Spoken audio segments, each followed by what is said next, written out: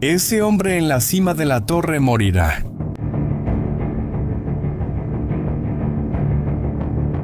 Pero antes de morir, Bato a hacer algo que ningún soldado debería tener que hacer en medio de una guerra.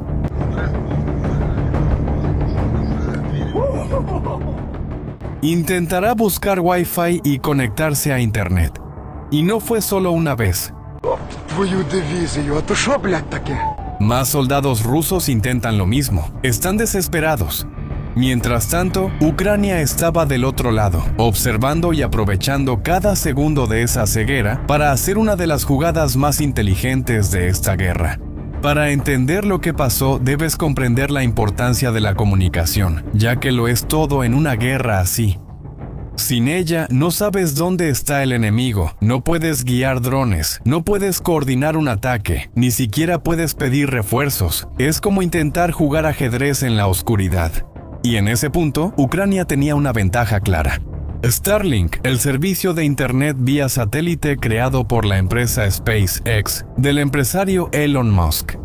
En lugar de depender de cables o torres que pueden destruirse, opera con miles de pequeños satélites que orbitan la Tierra a alta velocidad cerca de la superficie. El resultado es un Internet rápido, estable y extremadamente difícil de derribar.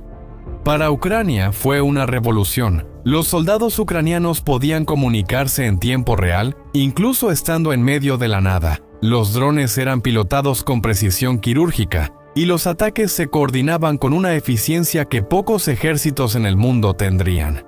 Pero entonces ocurrió esto, algo que nadie esperaba.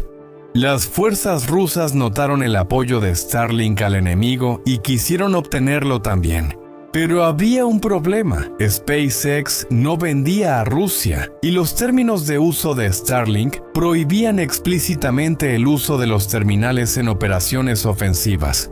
Y Rusia estaba del lado equivocado de esta guerra, según cualquier criterio que utilices. Pero eso no detuvo a los rusos. Lo que empezó a suceder a partir de 2023 fue un esquema de contrabando silencioso y sistemático. Terminales Starlink empezaron a entrar a Rusia por rutas clandestinas, pasando por Asia Central y el Golfo Pérsico. Llegaban a manos de unidades militares rusas que pagaban el precio que fuera necesario para tener acceso a esa señal. Y funcionó. Rusia pensó que podía usar tecnología enemiga sin consecuencias y depender de un servicio estadounidense para luchar contra Occidente, que nadie notaría o que no harían nada si lo notaban. Ese fue el primer error y también el más costoso. Durante meses, las tropas rusas en la línea de frente usaron terminales Starlink de contrabando para coordinar ataques, guiar drones y mantener la cadena de mando. Se hallaron terminales montados en vehículos blindados, drones y puestos de mando improvisados. Ucrania lo sabía. Las autoridades ucranianas advirtieron durante meses que las tropas enemigas estaban, según sus palabras, usando silenciosamente Starlink para operar. Pero ahí viene la pregunta, sabiendo eso, ¿qué podían hacer los ucranianos? Aquí es donde la historia toma otro rumbo. En algún momento, a finales de 2025, SpaceX y el gobierno ucraniano llegaron a un acuerdo. SpaceX implementaría un sistema de lista blanca, un tipo de lista de permisos. La idea es simple. Solo los terminales que estuvieran registrados y aprobados para uso ucraniano seguirían funcionando. Todo lo demás sería bloqueado automáticamente. Era una decisión técnica, una línea de código en algún servidor, en algún lugar de California. Pero el efecto en el campo de batalla fue catastrófico para Rusia. El 1 de febrero de 2026, SpaceX activó este sistema y las pantallas rusas se apagaron. No poco a poco, no gradualmente, de un momento a otro. Aproximadamente el 90% de las unidades rusas en la línea del frente perdieron la conectividad que venían usando para operar. Y en ese momento surgió la pregunta que nadie sabía responder. ¿Cuánto tiempo le tomaría a Rusia recuperarse y qué haría Ucrania con ese tiempo? Imagina lo que eso significa en la práctica. Un soldado que estaba guiando un dron a través de un terminal Starlink, de repente ya no tiene señal. El dron pierde el control, el ataque se aborta. Un oficial que coordinaba un avance por radio encriptada vía satélite de pronto habla al vacío sin respuesta. La cadena de mando se rompe, una unidad entera, que dependía de la comunicación en tiempo real para avanzar de forma sincronizada. De repente está en la oscuridad, sin saber qué están haciendo las otras unidades, sin poder coordinarse, sin poder reaccionar. El asesor del Ministerio de Defensa ucraniano, Serhiy Bezkresnov, siguió lo que sucedía en tiempo real.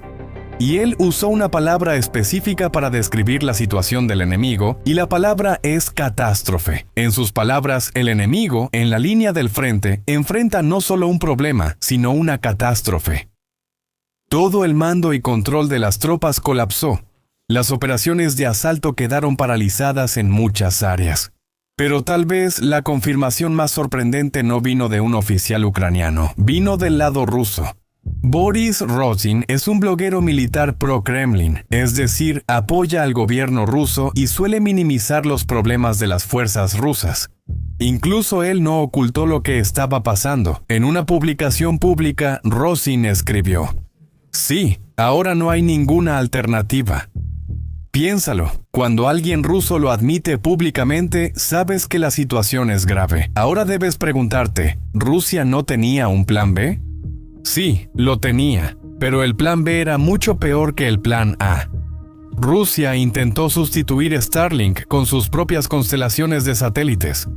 Los sistemas Yamal y Express, operados por la empresa Gazprom Space Systems, venían siendo señalados como alternativa, pero existe una diferencia técnica fundamental entre esos sistemas y Starlink. Vale la pena entender por qué. Aquí se ve claramente por qué Rusia estaba en una trampa de la que no podía salir. Analicémoslo.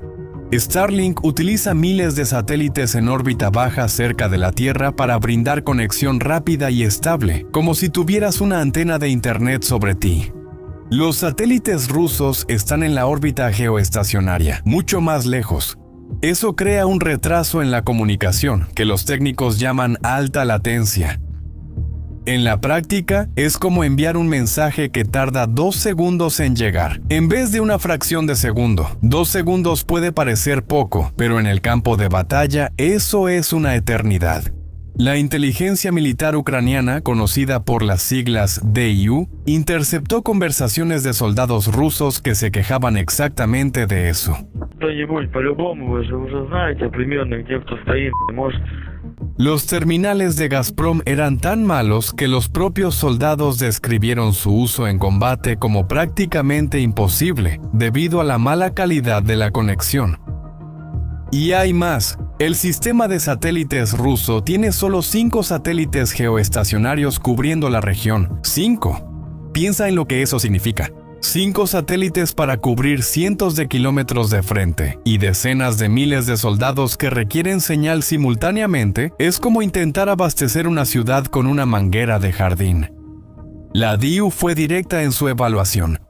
Ese número es insuficiente para cubrir toda la línea de frente, y la capacidad que existe se usa principalmente para atender a suscriptores civiles dentro de la propia Rusia. Para colmo, la operadora está bajo sanciones internacionales desde febrero de 2024, lo que complica cualquier intento de actualizar o expandir el sistema. Rusia también comenzó a probar una plataforma de comunicación usando globos estratosféricos, llamada Barras-1. Tenía un plan ambicioso de lanzar su propia constelación de 300 satélites. Pero el primer lanzamiento, que se esperaba para finales de 2025, fue pospuesto para 2026, o sea, sin Starlink, sin una alternativa viable y sin perspectiva de una solución rápida. El teniente Denis Yaroslavsky, comandante de una unidad de reconocimiento especial de las Fuerzas Armadas de Ucrania, fue preciso en su evaluación. Incluso si Rusia logra implementar una alternativa, tomará al menos de 4 a 6 meses para que funcione a gran escala. De 4 a 6 meses sin comunicación eficaz en el campo de batalla, y Ucrania no estaba esperando. Se quedó observando al ejército ruso caer y tomó una decisión que cambió el rumbo de la guerra. Los números del campo de batalla comenzaron a contar una historia muy clara en los días siguientes al bloqueo. Antes del corte de Starlink, las unidades regulares rusas tenían una tasa de bajas de 5-1. Eso significa que por cada soldado ucraniano fuera de combate, 5 soldados rusos eran neutralizados. Ya era mala proporción para Rusia, pero tolerable. Con el corte de Starlink subió a 13-1. 13 soldados rusos por cada ucraniano. Y la unidad de drones rusa llamada Rubicon, que usaba Starlink para extender el alcance de sus drones de ataque y coordinar ofensivas profundas en territorio ucraniano, simplemente dejó de operar. Además, el grupo solía publicar detalles de sus ataques en Telegram como un diario digital de guerra. Tras el bloqueo, dejaron de publicar por completo.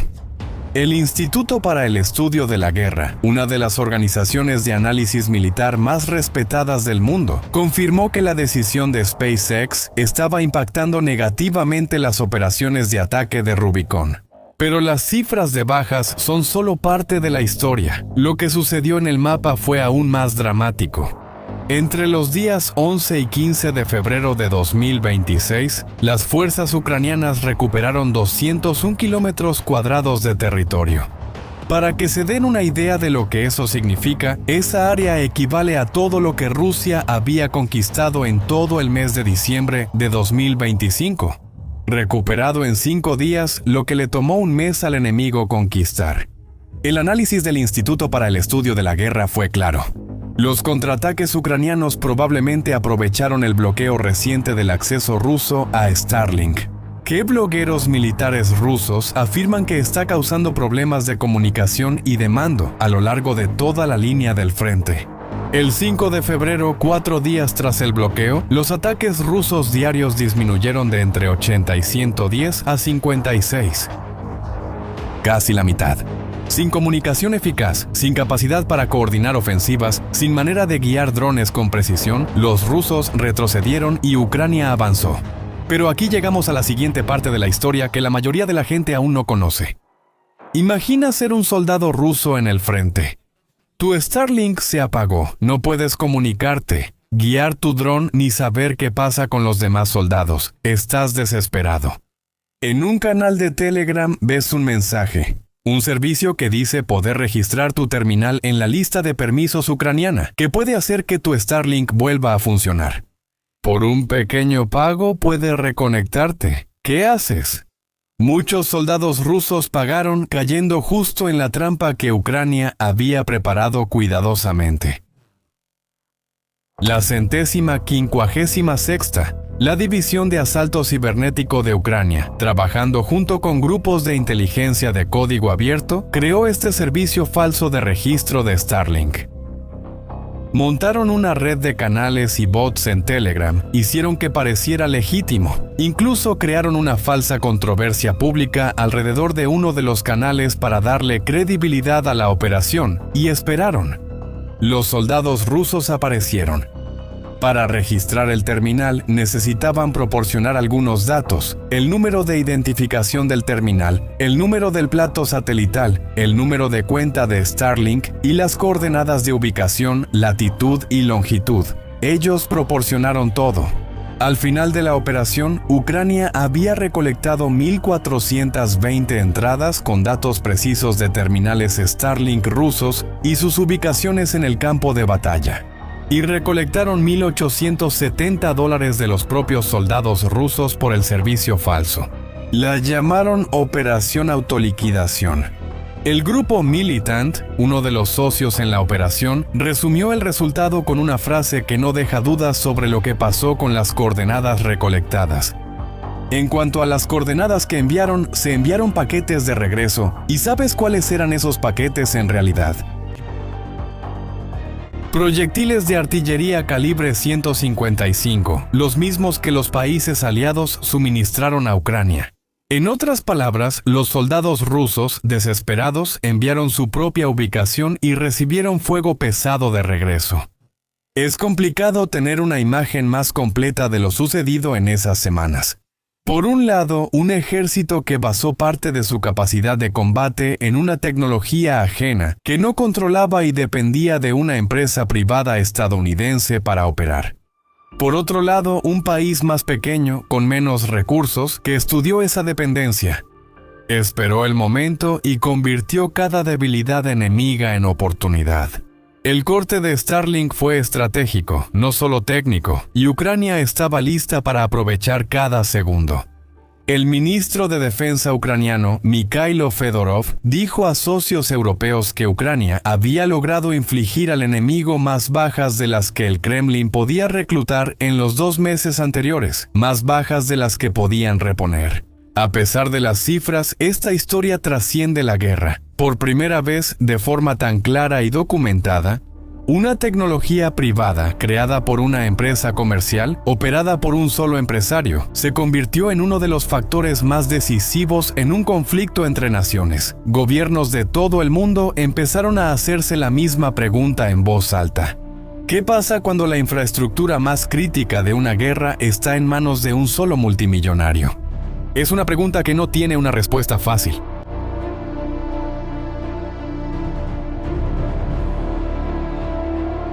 Pero lo que la historia de febrero de 2026 demostró que esa cuestión ya no es hipotética, sino real. Y Ucrania supo aprovechar esa realidad mejor de lo que cualquiera esperaba. Ese hombre en la torre subió sabiendo que podía morir.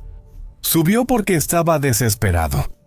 Subió porque el ejército del que formaba parte había construido su guerra sobre una base que no controlaba. Al tener que elegir entre proteger a sus soldados o admitir un error estratégico monumental, el Kremlin lo tuvo claro. Los soldados quedaron en la oscuridad. En 15 días, Ucrania recuperó lo que Rusia avanzó en un mes. No con más tanques ni soldados. Con una lista blanca en un servidor en California y miles de coordenadas entregadas voluntariamente por el enemigo por $5 cada una. Quiero saber tu opinión. Si fueras un líder militar hoy, ¿confiarías tu comunicación de guerra a una empresa privada? ¿O eso es demasiado arriesgado? Deja tu respuesta en los comentarios. Si este video te hizo pensar, compártelo con alguien y si aún no te has suscrito al canal, aprovecha para hacerlo ahora. Hasta el próximo video.